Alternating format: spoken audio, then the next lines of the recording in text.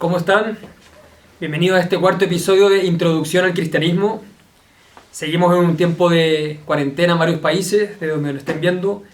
En Chile ya hay algunas partes más tranquilas, otras partes que están entrando a cuarentena total, pero seguimos con nuestro curso de Introducción al Cristianismo y vamos a partir recapitulando, vamos a partir resumiendo.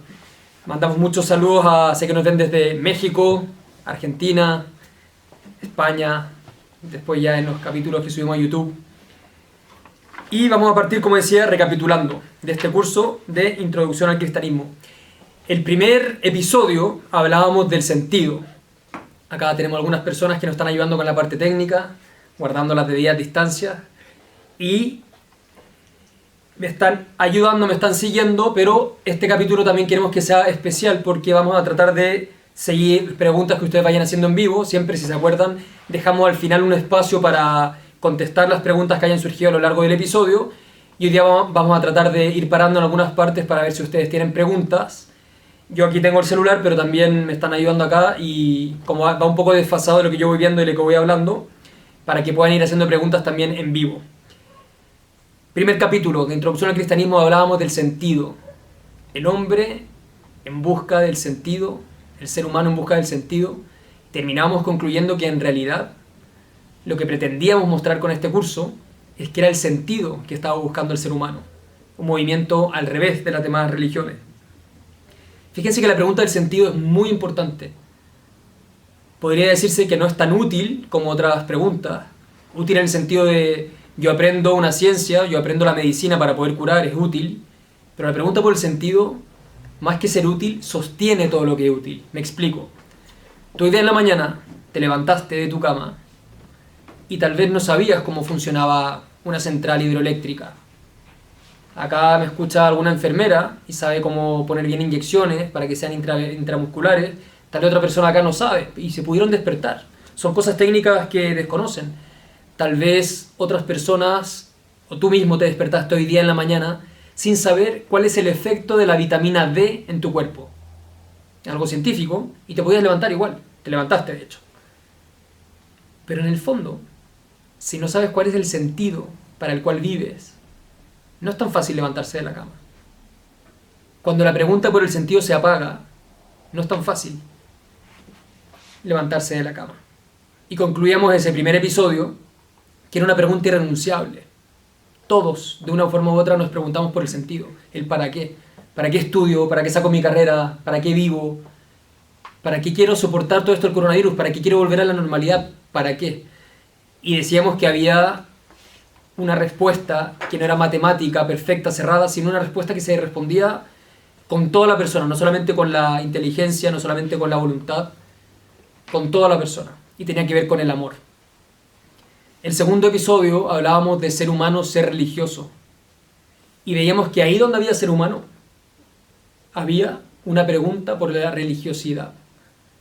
Y esto por datos de fenomenología de la religión, de ciencias que estudian el hombre, por datos de la ciencia que estudia los restos, que estudia también el ser humano arcaico. Ahí donde hay ser humano, hay pregunta por la trascendencia, por lo sagrado, hay ritos fúnebres, se piensa en el más allá.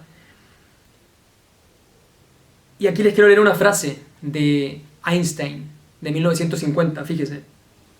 Decía: ser religioso consiste en haber encontrado una respuesta a la pregunta ¿cuál es el sentido de la vida? Es decir, la pregunta por el sentido puede decirse que está totalmente en la dimensión religiosa. Dicho por Einstein, un gran científico.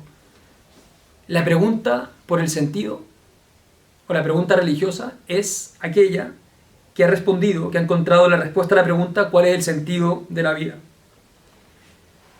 El tercer capítulo, que fue el pasado, hablábamos de por qué empezar a estudiar el cristianismo si hay tantas religiones. Un cliché que se suele escuchar mucho es, al final todas las religiones son iguales. Bueno, a lo largo de este curso va a quedar explicado cómo no es así. Respetamos todas las religiones, puede haber gente buena de todas las religiones, puede haber un budista que sea muy bueno, por supuesto. ¿Puede haber un ateo que sea muy buena persona? Claro que sí. ¿Puede haber un cristiano que sea bueno? Sí. El hecho de que personas buenas existan de diversas religiones no hace que todas las religiones sean iguales. De hecho, explicábamos el capítulo pasado que el cristianismo es muy peculiar, es muy único en cuanto a todas las religiones. ¿Se acuerdan que hacíamos el típico dibujo? Que voy a usar un poco más el pizarrón porque algunos me han dicho que lo puedo usar más, que se usa muy poco. Pero decíamos que todas las religiones eran un movimiento ascendiente que buscaban a Dios, ¿sí? Y decíamos que la pretensión cristiana era justo al revés, que Dios salía en busca del hombre. ¿Cómo? Lo estamos viendo. Con el movimiento que hace Cristo de bajar, por decirlo en un sentido figurado. Bueno, ¿por qué es tan peculiar este cristianismo? ¿Por qué es tan diferente a las demás religiones? ¿Por qué capta toda nuestra atención esta religión si es una más? Bueno, de partida no es una más, es una de las grandes religiones de la humanidad. Además de ser una de las grandes religiones, hay una desproporción inaudita entre el efecto y la causa. Y hablamos del ejemplo de algún personaje histórico, Napoleón, que conquistó todo, casi toda Europa, Alejandro Magno, su imperio, Carlos V, que tenía un imperio donde no se ponía el sol. Son personajes que han pasado la historia porque han tenido muchas personas peleando por su imperio, porque han conquistado grandes extensiones, otras personas que han recorrido todo el mundo, personas que han escrito grandes libros, son famosos por eso. Miguel de Cervantes pasó a la historia porque escribió El Quijote, una obra maestra de la literatura española. Bueno, este personaje, Jesús, vivió en una zona que no era importante en su época, en toda la zona de Palestina, que ahora llamamos Tierra Santa, en la zona de Israel, y es una zona bastante pequeña, y en la época el Imperio Romano era el centro, esto no era el epicentro de la humanidad, como que Dios nació en la parte más importante, no, era una provincia, podría decirse que muy poco importante en el Imperio Romano. Es más, Jesús no recorrió grandes extensiones del planeta. Sus apóstoles después llegaron, iban al mundo entero y proclamaban el Evangelio, pero él no. Pero es que Cristo escribió toda la Biblia. No, Jesús no escribió toda la Biblia, Jesús no escribió nada, de hecho. Por lo menos no quedó nada. Dicen que lo único que escribió fue cuando estaba la mujer pecadora y se agachó a escribir, que hay varias teorías, pero de escribir, dejar algo escrito, no dejó nada. ¿Por qué entonces esta persona parte en dos la historia de la humanidad? Y poníamos el ejemplo del calendario. Ahora estamos en el año 2020, ¿2020 de qué? Y los árabes hablan del año 2020 y los chinos, aunque tengan otro año nuevo, a la hora de hacer negocio y todo, hablan del año 2020. ¿2020 de qué? 2020 años del nacimiento de Cristo. Una persona que siendo muy poco importante a los ojos del mundo, más o menos pobre, sin grandes estudios en los grandes centros de la época, pasó a la historia. Y hoy aquí estamos haciendo un curso por Instagram sobre él, sobre el cristianismo. Hay una desproporción entre lo que fue esta persona humanamente y el efecto que produjo en la historia. Entonces, ya nos llama la atención el cristianismo como para poderlo estudiar. Y después también si comparamos a Jesús con otros personajes, no voy a hablar de todos los personajes, pero decíamos que los fundadores de las grandes tradiciones religiosas, filosóficas, ninguno es como Cristo en el sentido de que ninguno se proclamó a sí mismo como Dios. Buda no se proclamó a sí mismo como Dios, el iluminado. Mientras Buda era el iluminado, Jesús dice, yo soy la luz del mundo. Confucio, un gran maestro, Jesús es mucho más que un gran maestro. Él dijo, yo soy la verdad. Confucio no dijo, yo soy la verdad. Lo importante de estas personas de su religión, de las otras religiones, era el mensaje que ellos traían. Mahoma no dijo, yo soy Dios, yo traigo el mensaje de Alá. Lo importante era el mensaje. Bueno, lo importante de Cristo no es su mensaje, es su persona. Es la relación personal que Él quiere tener con cada una de las personas que le abren el corazón. Y para abrir el corazón a veces, por eso estamos haciendo este curso, también hay que abrir la mente. Bueno, la pretensión cristiana es justamente única, en el sentido que explicábamos. Hay una desproporción muy grande entre la causa y los efectos, entre esta persona que no fue muy importante a los ojos de la historia, con los cánones normales, pero que sin embargo es la persona de la que más ha escrito, de la que más ha hablado, de la que más cuadros han pintado, de la que más esculturas se han hecho, Jesucristo. Y su movimiento fue totalmente diverso. Él decía, yo vengo de parte de Dios. Y vamos a ver, avanzando el curso, no solamente vengo de parte de Dios, sino que yo soy Dios. ¿Jesús dijo eso? Bueno, lo vamos a ver en el capítulo de hoy. Entonces, partimos con este capítulo que se llama Jesucristo, un acontecimiento. Hay una frase de Ratzinger, ya Papa Benedicto XVI, que se hizo muy famosa, con la cual abre su encíclica Deus Caritas Est, que dice: el cristianismo no nace de una gran idea, no, el cristianismo comienza con un acontecimiento, con un hecho, con una persona que nos cambia, que cambia todo el horizonte de nuestra vida, toda la orientación, todo. Jesucristo, un acontecimiento. ¿Qué significa esto? Bueno, primero, y les pido perdón a los que también estuvieron el año pasado, pero vamos a hablar de lo que Joseph Ratzinger en su libro Introducción al Cristianismo dice como escándalo cristiano. ¿Por qué hay un escándalo cristiano? ¿En qué sentido? Bueno, podemos decir que hay un escándalo cristiano, escándalo en el sentido, no de los escándalos que había ahora en la iglesia, sino escándalo en el sentido de algo que nos cuesta mucho creer. Si acá tienen alguna pregunta, pueden haciendo y voy a tratar de ir respondiendo de manera ayudando acá si es que entran preguntas. Pero, entonces, el escándalo cristiano es en tres sentidos. En el primero, pasado. Ahora voy a explicar. Historia. 2, visible. Y 3, vamos a decir el positivismo cristiano, que lo voy a explicar ahora. No sé si se alcanza a ver. Pasado, presente. ¿Qué significa el escándalo pasado-presente? Hoy vivimos una época, y ustedes me lo dirán a mí o no, en que nos cuesta mucho creer en lo pasado, como que todo lo pasado pasó de moda. Todo lo pasado ya no tiene tanto valor, lo que importa es lo que estamos viviendo hoy. Facebook ya está en el pasado. Hoy es Instagram y mañana va a ser TikTok y tal vez mañana Instagram va a quedar en el pasado. Y el ejemplo que ponemos siempre del iPhone. La primera vez que alguien sacó un iPhone cuando estaban, no sé, ustedes tenían 15 años y alguien sacó el iPhone 4, el iPhone 5, cuando llegó el iPhone 5 era como que ¡wow! Tiene el iPhone 5 y una cuestión impresionante.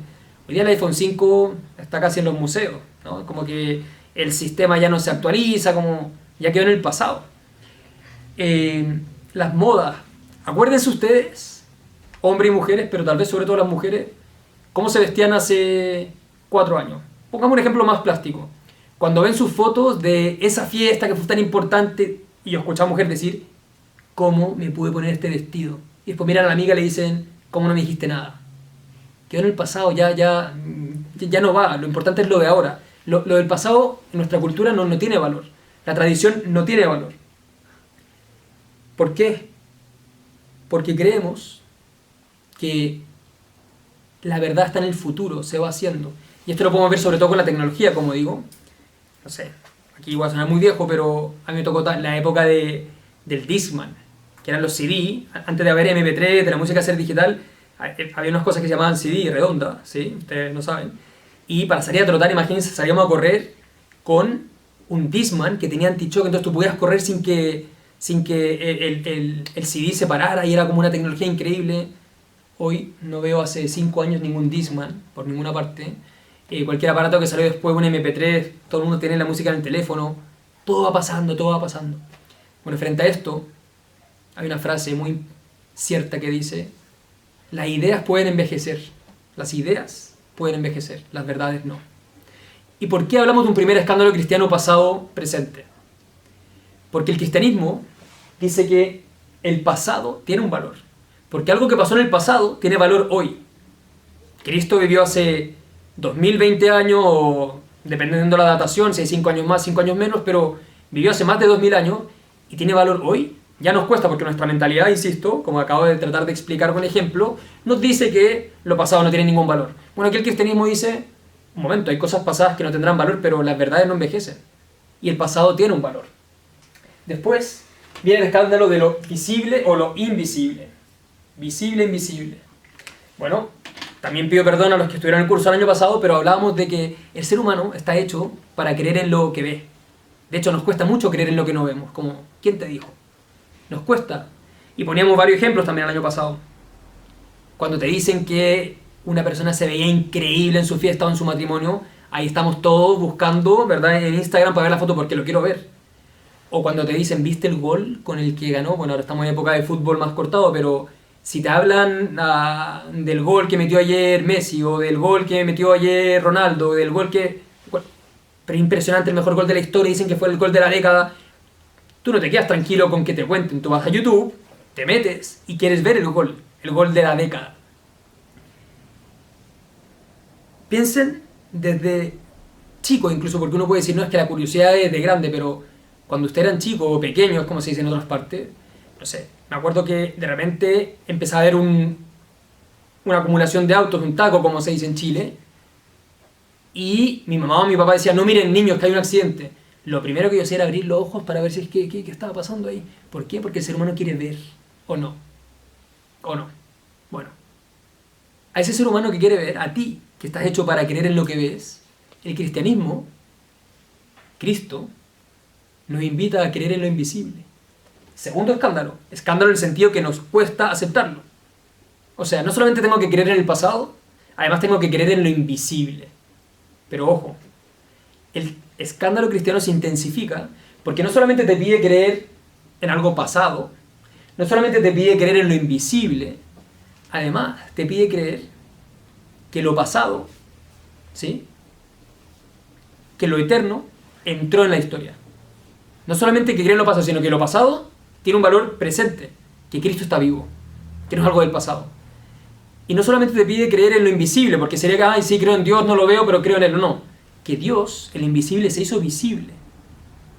Que Cristo es un acontecimiento que pasó históricamente. Repito, creemos como cristianos que cosas del pasado tienen valor presente, y creemos como cristianos que el invisible se hace visible y entra en la historia. Que Cristo, que Dios, ha intervenido en la historia. Dice Ratzinger y muchos otros autores que frente a esa objeción de algunas personas dicen que si Dios existe, a lo mejor creó el universo y se fue, o sea, que se sigan rigiendo las estrellas por una regla, como si fuera un gran arquitecto que después se desentiende del mundo, esto se entiende como deísmo. El cristianismo responde no. Dios no crea el mundo y se va a jugar al golf. Dios crea el mundo y se mete hasta lo más profundo, interviene en el mundo. Eso es el cristianismo. Cristo, un acontecimiento, algo que pasó históricamente. Y esto es muy importante, tanto que si no se cae el cristianismo. Si nosotros como cristianos, yo como cristiano digo, no, lo de Cristo es una historia bonita para que yo crea, para que yo después de la muerte... No. Jesucristo caminó por Tierra Santa. Jesucristo tocó el lago de Tiberíades. Jesucristo multiplicó el pan. Comió como resucitado. Fue crucificado, lo traspasaron. Eso sí pasó. Es verdad que los hechos cristianos tienen una profunda simbología o significación, pero son hechos que pasan, que significan mucho más allá del hecho histórico, es verdad. Pero la base es un hecho histórico. Jesucristo, un acontecimiento. Vamos a pasar ahora a ver este acontecimiento. ¿Se acuerdan la vez pasada que hablábamos de que el cristianismo no era un mito, no era una leyenda? Vamos a tratar de explicar qué significa que no sea un mito y qué significa que no sea una leyenda. Entonces, vamos a pasar a la siguiente parte histórica.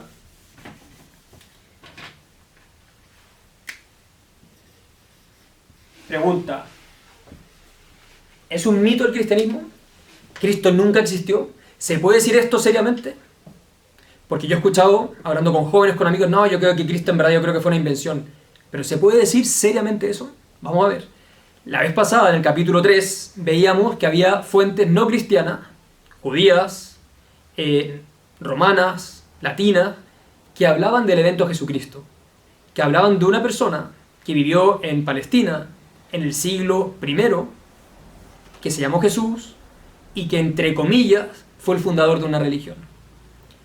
Es innegable históricamente esto. Está esparcido por muchísimos testimonios, de los cuales nombré algunos la vez pasada. Bueno, hoy vamos a hablar especialmente de las fuentes cristianas, es decir, sobre todo del Nuevo Testamento, de los Evangelios, de las cartas de Pablo. ¿Qué valor histórico tienen estas fuentes cristianas? Porque también se escucha, no, el Evangelio es pura invención. ¿Se puede decir eso seriamente? ¿Cuál es el valor histórico de los evangelios? ¿Se lo han preguntado?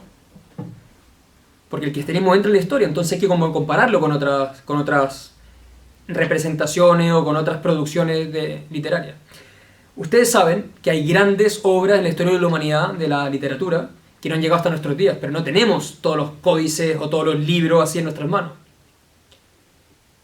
Ustedes saben que si estudiaron en el colegio, en la universidad, la Ilíada o la Ilíada de Homero, desde que pasaron los Hechos, que fue como cuando Homero tiene que haber escrito como en el siglo IX a.C., hasta que están los primeros fragmentos de la obra completa ahí está muchos siglos después, pero desde que Homero se supone que existe, que lo creemos, nadie ningún historiador lo pone en duda, que alguien llamado Homero escribió este libro llamado la Ilíada, y los fragmentos más antiguos que tenemos han pasado 400 años, es decir, desde que se escribió no tenemos el original, porque están haciendo ediciones, reimpresiones. Imagínense, ahora ya estamos mucho en el mundo digital, pero antes se hacía un libro, no sé, los primeros poemas de Pablo Neruda, se editaba en Buenos Aires, se empezaba a vender, se acababa la edición, se reeditaba otra edición, y de hecho hay coleccionistas que quieren buscar la primera edición porque ha desaparecido, porque ya no están en las librerías.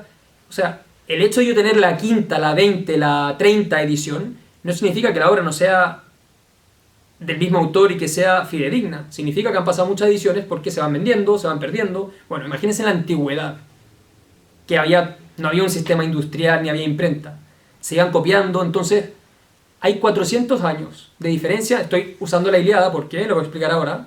Porque es el texto más reproducido en la historia de la literatura y de la humanidad después del Nuevo Testamento. 400 años entre los Hechos y el fragmento más antiguo que tenemos, porque la Ilíada completa, para tener un libro completo, ahí ya nos saltamos mucho más siglos. Pero que haya fragmentos que atestiguen una veracidad, 400 años. Y nadie pone en duda que sea un texto que viene de un grande del mundo griego, Homero. Esta gran poesía épica, este gran poema épico, la Ilíada. Bueno, comparémoslo entonces con el Nuevo Testamento. ¿Cuántos manuscritos hay? Dije que era la Ilíada el que mayor número de copias tenía después del Nuevo Testamento. Para ir comparando, para ir metiéndole un poco de equilibrio a esto, de comparación, de dato comparativo. Miren, la Ilíada hay 643 fragmentos o copias de esta gran obra, 643, que parten 400 años de distancia de los hechos narrados. ¿Saben cuántos fragmentos? Y no hablo del Nuevo Testamento completo, pero fragmentos que atestiguen que hubo unos textos originales llamados Evangelio de Juan, Marcos, Mateo, Lucas, las cartas de Pablo. Ilíada, 643. Textos evangélicos, 25.000. Jesucristo, un acontecimiento. ¿Qué pasó en el siglo I para que se haya desatado una producción de textos que ha superado a cualquier otro texto que heredemos de la historia? Y estoy hablando que la Ilíada es lejos el que más reproducciones tenía, porque era una obra maestra de la literatura universal. Pero algo pasa en el siglo I, Jesucristo, un acontecimiento, que tenemos 25.000 fragmentos, porque obviamente no tenemos todos los papiros, todo perfecto, que atestiguan estos escritos. Y otra cosa muy importante es la distancia de tiempo transcurrida entre los hechos que pasaron y la primera copia. Hablamos de Homero, siglo IX antes de Cristo. Los primeros fragmentos que se encuentran de este escrito, que obviamente no tenemos el original, son 400 años después.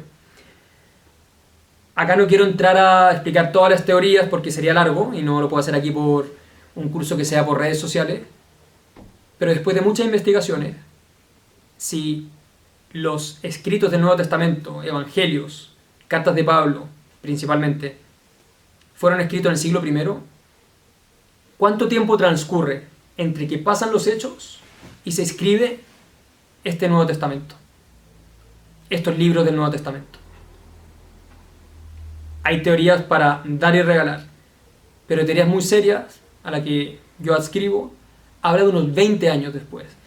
¿Por qué es importante esto? Porque mientras más tiempo pase entre el hecho y el tiempo de escritura, más posibilidades hay de que no sea fidedignos a los hechos que pasaron. Si yo te pido que tú me escribas lo que hiciste hoy día, ahora, tú escribe tu diario, ¿qué hiciste hoy día en la mañana? Yo me levanté, tomé desayuno, leí, salí a correr, estamos en tiempo de cuarentena, pero si yo te pregunto esto en un año, ¿qué hiciste el 29 de abril? Obviamente te vas a acordar que viste Introducción al Cristianismo porque era demasiado importante y que era cuarentena, pero de pocas cosas más te vas a acordar. No te vas a acordar que almorzaste ese día, que comiste, no te vas a acordar con quién hablaste por teléfono en un año. Imagínate si lo escribieras en 100 años, que ya no hay cómo recopilarlo. Entonces es muy importante el tiempo que pasa entre los hechos y cuando estos hechos se fijan por escrito. Es muy importante eso. Acuérdense de ir haciendo preguntas si lo necesitan. Bueno, otra peculiaridad del Nuevo Testamento, de este acontecimiento de Jesucristo, es que se puede decir que no pasan ni 10, 20 años hasta que se fijan por escrito. Entonces estamos frente a unos hechos que pasaron hace 2000 años, pero que fueron fijados por escrito en menos de una generación. Y eso tiene un altísimo, altísimo valor histórico. Para poner otro ejemplo, no los quiero aburrir, pero por ejemplo Platón, uno de los grandes filósofos griegos, discípulo de Sócrates, Platón, que yo me tocó estudiar filosofía, yo estudié filosofía en la universidad, y es, de verdad, de los grandes, grandes filósofos de todos los tiempos. Nadie pone en duda que Platón existió.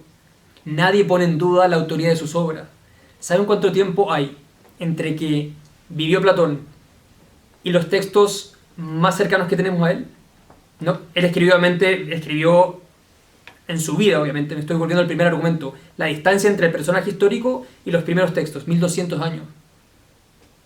Y estamos hablando de después que la Ilíada eran 400 y que el Nuevo Testamento tiene 20 años, es decir, el Nuevo Testamento fue escrito muy pocos años después de la vida de Cristo, y además los textos más originales que tenemos están conservados desde ese primer siglo. Y esto tiene un altísimo valor histórico. ¿Qué podemos responder a la primera pregunta? ¿Es Jesucristo un mito?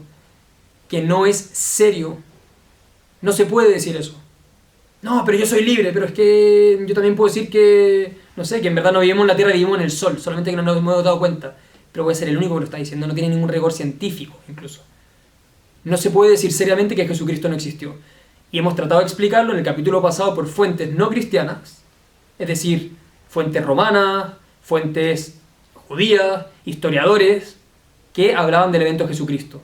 Y ahora hemos visto que los relatos evangélicos tienen un alto, alto valor histórico. Y lo hemos comparado con otras grandes obras de la historia de la humanidad, que nadie duda de la autoría, ni de Homero, ni de Platón, ni de los textos que nos dejaron, a pesar de las decenas o siglos de años que nos separen. Bueno, con esto queda respondido,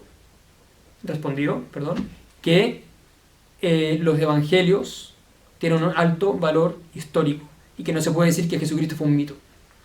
Pero también se puede decir que el evento Jesucristo es una leyenda, y lo vamos a explicar ahora, como una leyenda.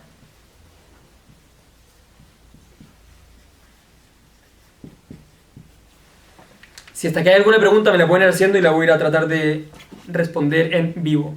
¿Qué significa una leyenda? Bueno, podemos decir, no es un mito, Jesucristo sí existió, no es un mito, lo sabemos por fuentes bíblicas y extrabíblicas, pero es una leyenda. ¿En qué sentido? Jesús nunca dijo que fuera Dios. Así como Buda dijo que él era un iluminado, y otros también lo dijeron de él, Jesucristo nunca dijo yo soy la luz del mundo. Lo habrán dicho otros después.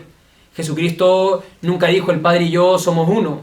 Jesucristo nunca dijo el que me ve a mí ve al Padre. Es una leyenda, lo inventaron. Lo inventaron la gente que vivió después. Bueno, pongámonos serios también. Veamos si se puede decir, para eso estamos en este curso, que Jesucristo sea una leyenda. Es decir, existió una persona que se llamaba Jesús, pero no dijo nada de lo que nos dicen que dijo. ¿Cómo vamos a saber nosotros que dijo eso? Bueno, vamos a ver cuáles son los requisitos. Tampoco los voy a aburrir, latear, como decimos acá en Chile. Pero vamos a ver los requisitos a grandes rasgos para que se forme una leyenda. Acá estamos en Chile, entonces voy a poner un ejemplo político. de Pinochet o de Allende. Si los partidarios de Pinochet quisieran hacer una leyenda de él y dijeran, no, es que Pinochet salía todas las noches de su casa, iba a repartir comida a los pobres y ayudaba a las ancianas como si fuera uno de los santos que tenemos en nuestro país, bueno, se podría inventar, pero ¿qué harían todos los detractores? Dirían, ¿cuándo pasó eso? Demuéstrenme una foto, muéstrenme un video, ¿cuándo pasó eso? O pongamos otro ejemplo, Allende. Si se dijera lo mismo de Allende, es que Allende todas las noches salía y daba comida a los pobres y ayudaba a las ancianas, y saldrían los detractores de Allende y dirían, ¿cuándo hizo eso? Muéstrame que eso no es leyenda. Entonces, ¿cuál es el requisito para que se forme una leyenda? Que pase mucho tiempo entre que vive el personaje y que se forma la leyenda. Si yo quiero hacer una leyenda ahora de Caupolicán, que era un araucano que vivía en Chile, tal vez va a ser más fácil porque puedo hacer una leyenda y no hay tanta forma de contrastarla. Pero una leyenda no se puede hacer con generaciones vivas porque los personajes históricos suelen tener detractores. Y Jesús tuvo muchísimos detractores, tanto que lo mataron. Entonces resulta que si todas las cosas que le atribuyen los evangelios fueran leyenda, si él nunca hubiera dicho eso, los detractores hubieran saltado y hubieran dicho, ey, no dijo eso. Como el ejemplo que puso ahora de estos personajes de la historia política de Chile. Saltarían todos los detractores y no permitirían que una leyenda así quedara escrita, porque tendrían muy poco tiempo de los hechos hasta lo que pasó para poder refutarlo. Fíjense, las personas que vivieron en la época de Jesús, y que ha también demostrado esto en los evangelios, no tenían duda de que Jesús estaba diciendo que era Dios. No se lo inventaron después.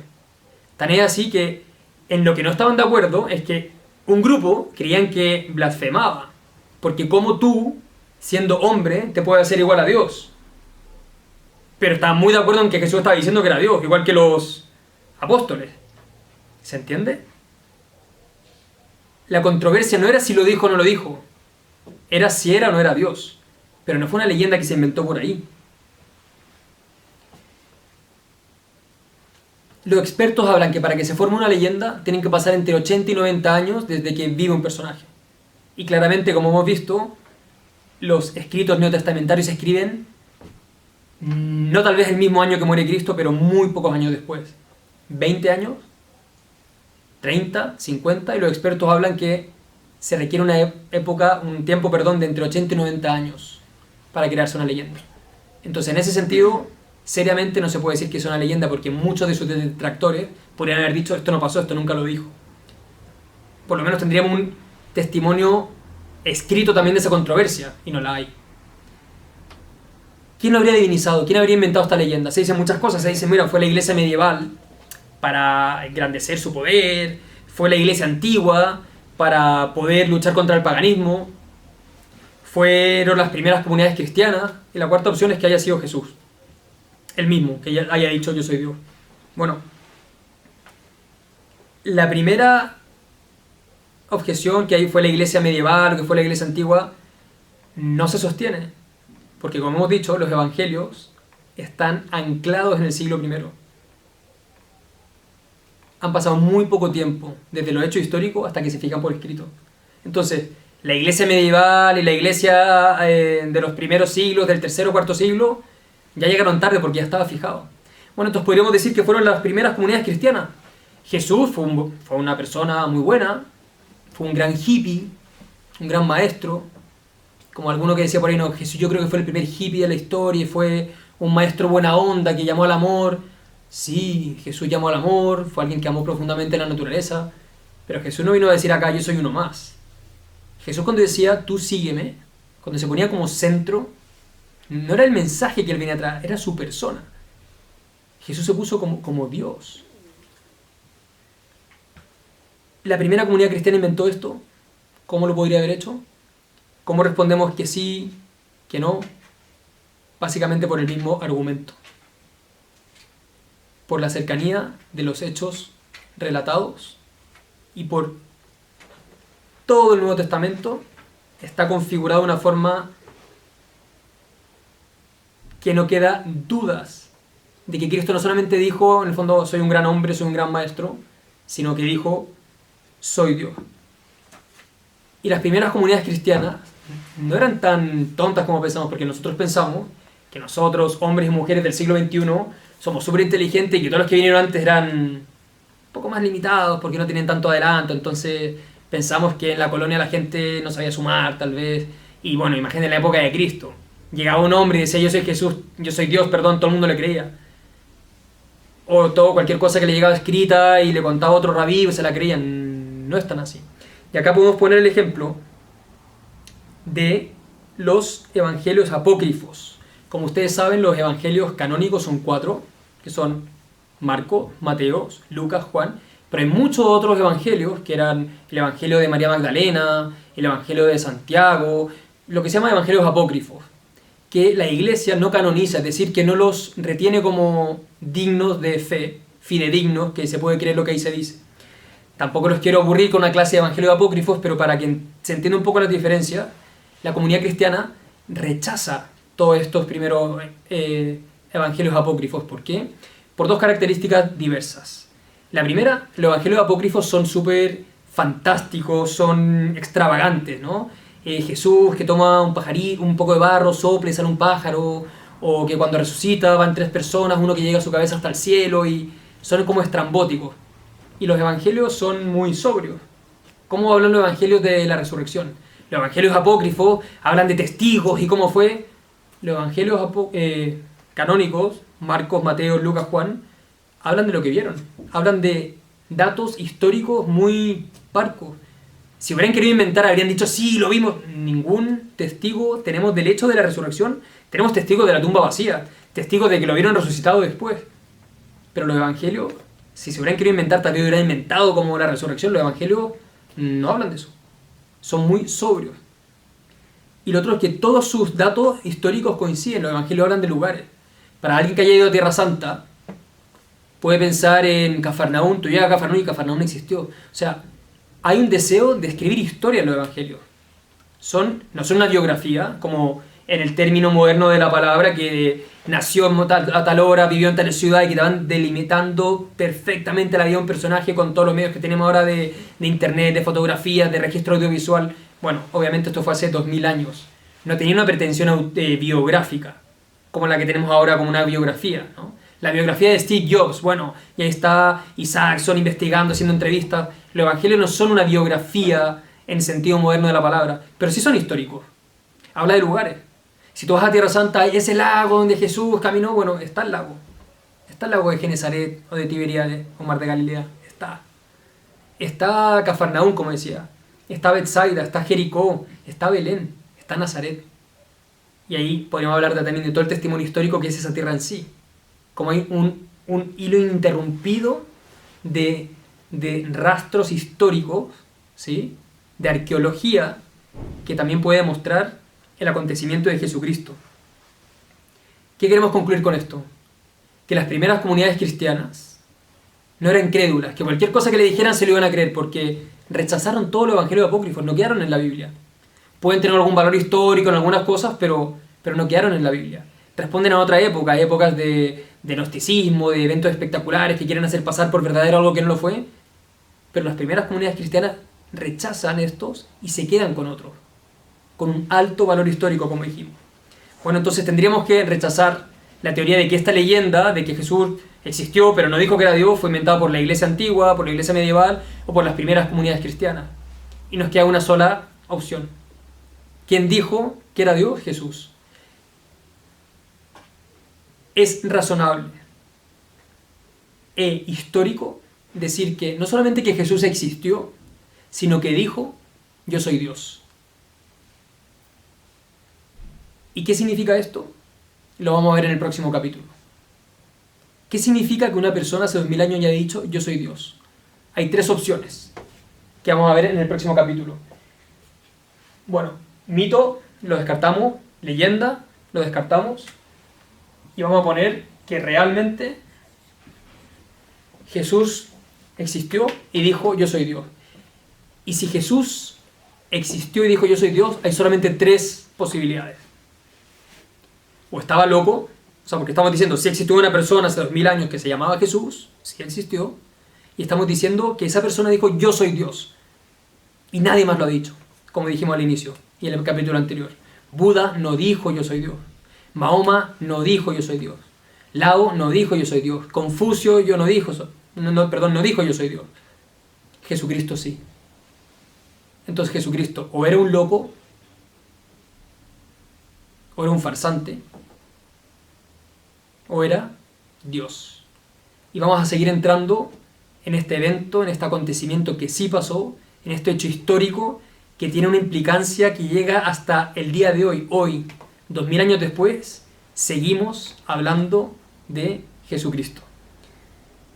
Les agradezco mucho. Acá ya voy viendo preguntas. Vamos a dejar un tiempo ahora para que piensen los demás. Vamos a poner la canción, nuestra música, para que tengan un tiempo de reflexión y vuelvo para responder a sus preguntas. Muchas gracias por la atención. No llegaron tantas, pero la Sofía nos hizo algunas preguntas que vamos a responder, son muy buenas y se ve que siguió muy bien la clase, el episodio de hoy. La Sofía pregunta sobre cómo interpretar las palabras de Jesús. ¿Todo es interpretable? ¿Son símbolos? ¿Cómo lo entendemos? Bueno, yo te respondería, Sofía, como hablas tú. Hay veces que uno habla en sentido metafórico y dice, tengo un hambre que me comería una cebra, cuando dice Simba en El Rey León. Obviamente, si yo dijera eso, sé que estoy usando una palabra de un personaje de Disney, pero nadie acá creería que me quiero comer una cebra. Se entendería que el mensaje es que tengo mucha hambre.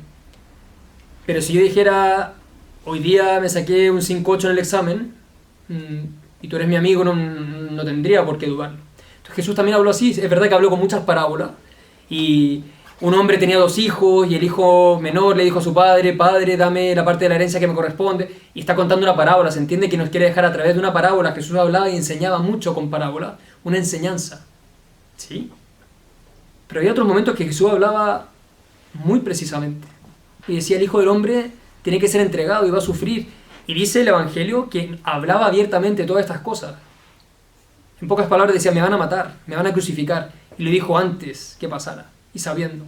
Entonces, Jesús era un hombre más, y hay veces que hablaba con parábolas, que había que interpretar, ¿sí? Y muchas veces él da la interpretación también a sus apóstoles. Pero también hablaba con el sentido literal de los términos. Ahora, también frente a tu pregunta, hay que interpretar todo lo que hizo para entender su mensaje. ¿Cómo respondería? Vuelvo a algo que he dicho muchas veces y no me canso de repetirlo. El cristianismo es histórico, pasó, pero son hechos que tienen un significado muy profundo. Vamos al primer hecho. Bueno, el primer hecho fue la encarnación, pero el hecho de que nació en Belén. ¿Fue un hecho o es un cuento? No, nació en Belén. Se puede ir a Belén y hay una tradición arqueológica ininterrumpida de que Cristo nació en Belén. Fue un hecho, sí pasó. Ahora podemos decir, ¿qué significa que haya nacido en Belén? ¿Significa que se cumplieron las escrituras? ¿Qué significa que haya nacido pobre y que no había lugar para él? ¿Significa que la humanidad no estaba listo para recibirlo, incluso que lo rechazó? Podemos sacar el significado de ese hecho tan profundo. Vamos a otro hecho en la vida de Jesús. Cuando alguno de nosotros puede ir a Tierra Santa y va a Nazaret, te llega mucho al corazón cómo puede ser que Dios vivió escondido de sus 33 años, 30, 20 años acá, en este pueblo. Fue un hecho, pero que me hace pensar que tiene un significado. ¿Sí? Entonces, así respondería. ¿Qué más preguntas están llegando? Vamos a ver acá, una de la Elisa Studio. En Dios puedo creer por mi naturaleza, pero Jesús, es decir, fácil, lo puedo identificar viendo una hoja, sea una niña en África, la selva o yo, es decir, lo puedo reconocer con mi inteligencia. Pregunta 1. Bueno, acá si quiero entender bien tu pregunta, Elisa, es verdad que con la razón natural se puede llegar a la existencia de Dios, pero pasar a que Jesús es Dios, sí hay que hacer un salto de fe. Y este curso pretende un poco, se puede decir, como contestar algunos prejuicios. El prejuicio es algo que no es racional, porque antes de hacer un juicio ya tengo filtros que no me permiten ver la realidad. Entonces, este curso, esta parte de introducción al cristianismo, no es que te va a convencer por argumentos racionales de la fe. La fe no se puede imponer porque si no todo el mundo ya sería cristiano. Este curso pretende botar ciertos prejuicios. Por ejemplo, no, Jesús no existió y me quedo tan tranquilo. No. Yo ahora ya sé que no puedo decir seriamente, históricamente, que Jesús no existió. No, Jesús es una leyenda, se lo inventaron después. No es tan serio decir eso. Entonces yo puedo ir votando prejuicio, pero es verdad que la fe, como dice Joseph Ratzinger en Introducción al Cristianismo, es un salto. Es un salto. Es un salto hacia lo invisible. Un salto hacia creer que el fundamento que sostiene todo el mundo es más real de lo que puedo ver incluso. Entonces así te respondería esa pregunta. La María nos pregunta: no se necesita vino para celebrar, sino que con agua basta, y todos tomaron el agua como si fuera vino. ¿Cómo refuto esto? Creo que hay una pregunta anterior. A ver. Una vez me dijeron que los milagros realmente no eran como se dicen. Perfecto, ahí entendí mejor la pregunta de la María. Por ejemplo, que cuando Jesús transformó el agua y el vino, no fue realmente eso lo que sucedió, sino que tenía la capacidad de convencer a la gente para darse cuenta que, etcétera, etcétera. Este argumento entró mucho con toda una ola racionalista en la historia de la teología, como si Jesús no pudiera hacer milagros. Y acá yo respondería con esto: si Jesús era Dios, primero vamos al concepto que tenemos de Dios. Si Dios puede o no puede intervenir en la historia. Si puede o no puede alterar las reglas de la naturaleza. Porque recordemos, hay una corriente que se puede decir deísta, que dice que sí, Dios, hay una energía o un ser absoluto que creó todo, pero que no hay ninguna relación con el mundo, como que está demasiado preocupado de hacer girar el universo. Tal vez creó el universo y se fue, como decíamos irónicamente, a jugar el golf, como que no tiene ningún contacto. Y a esto Ratzinger y muchos otros autores dicen: un Dios que no puede intervenir en la historia, un Dios que no puede intervenir, no puede alterar las leyes de la naturaleza, no es Dios. ¿Qué tipo de Dios es un Dios que no puede intervenir? Si Dios es Dios, puede intervenir en la historia. Puede hacerse hombre, puede encarnarse, no es irracional. Si Dios es Dios, puede intervenir. Entonces a la pregunta de la María respondería: ¿todos los milagros son como símbolos? No. Jesús hizo milagros. ¿Cómo podemos saber eso? Bueno, por los testimonios. Recordemos lo que decíamos al inicio. ¿Por qué este acontecimiento de Jesucristo generó 25.000 escritos? ¿Qué otros hechos no suscitaron eso? ¿Por qué hubo tanto interés en esta persona? ¿Por qué cambió la historia de la humanidad? ¿Por qué después pudo convertir a todo un imperio, o en parte? ¿Por qué la historia se parte en antes de Cristo y después de Cristo? No, solamente habló buena gente. O sea, el evento de Jesucristo, el acontecimiento fue muy potente. Y él decía: si no me creen a mí, crean mis obras. Y las obras eran impactantes. Por algo tanta gente lo seguía, porque sí hizo milagros.